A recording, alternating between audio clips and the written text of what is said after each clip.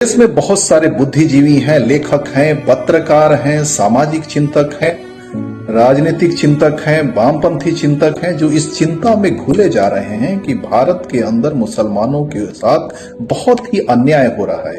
सांप्रदायिक शक्तियां मुसलमानों को टारगेट कर रही हैं और मुसलमानों को सामाजिक और आर्थिक दृष्टिकोण से कमजोर करने की कोशिश कर रही हैं, उनको अलग थलग करने की कोशिश कर रही हैं, उनके धार्मिक स्वतंत्रता को छीनने की कोशिश कर रही हैं, उनके सामाजिक अधिकारों को छीनने की कोशिश कर रही हैं। ये लोग इस चिंता में घुले जा रहे हैं।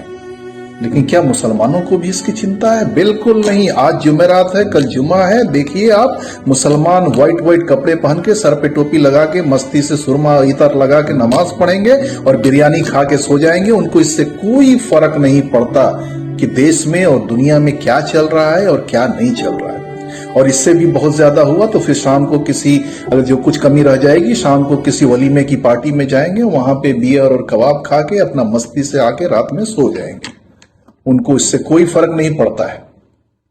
अगर एक हिजाब का मसला है, अगर उनकी बहन बेटियों का हिजाब उतारा जा रहा है, स्कूलों के दरवाजे पे खड़े होकर टीचर और पुलिस वाले उनके बहन बेटियों के हिजाब उतार रहे हैं, तो क्या फर्क पड़ गया? क्या उस हिजाब को उतार देने से मुसलमानों के कबाब और पराठे के स्वाद में किसी तरह की कोई कमी आ गई?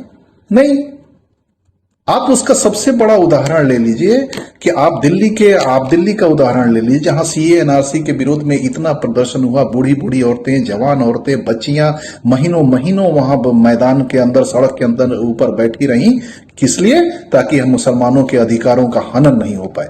और आज क्या हुआ? उसके जितने अगवा हैं आज जेल में सालों से सड़ रहे हैं। क्या आपने कभी देखा है कि मुसलमानों ने उसके लिए आवाज उठाई हो? क्योंकि ये मुसलमानों का मुद्दा ही नहीं है। मुसलमानों को इससे कोई फर्क नहीं पड़ता, क्योंकि जिनकी आत्मा मर जाती है, जिनका आत्मसम्मान मर जाता है, जिनका जमीर मर जाता है, जिनका बुद्धि और विवेक मर जाता है, उनको इससे कोई फर्क नहीं पड़ता कि उनके साथ क्या हो रहा है। आपने कभी देखा कि ये संगठित होकर ये जो 20 करोड़ गिनतियों पे है, जिनकी गिनती से आरएसएस और भाजपा वाले की नींद उड़ी हुई है, रात को बेचारे सो नहीं पा रहे हैं कि 20 करोड़ हो गए, 20 करोड़ हो गए। अरे ये 20 करोड़ नहीं है, ये जिंदा लाशें हैं जो सिर्फ अपने कब्रों का इंतजार कर रही हैं। इसलिए आप उनकी चिंता मत करें। मैं ये नहीं कह रहा हूं, मैं किसी को गोली बम बारूद चलाने के लिए नहीं कह रहा हूं। मैं सिर्फ ये कह रहा हूं कि जो भारत के संविधान ने जो आपको अधिकार दिए हैं, कम से कम उनके प्रति तो सजग हो जाओ। उससे आपको किसने रोका है? लेकिन नहीं, इनके लिए दूसरे लोग मरते रहें, दूसरे लोग इनके लिए चिंता करें, दूसरे लोग इनके लिए आंदोलन करें, दूसरे लोग इनके लिए धरना दें, दूसरे लोग इनके लिए प्रदर्शन करें। लेकिन नहीं, ये क्या करेंगे? ये तो भाई मुशायरों में जाके वाह वाह करेंगे, ये जलसों में जाके नारे तकबीर का नारा लगाएंगे, ये उर्सों में और मेलों में जाके भीड़ लगाएंगे। इनको इससे क्या फर्क पड़ता है? क्योंकि ये जानते हैं कि ज्यादा से ज्यादा इनका क्या होगा।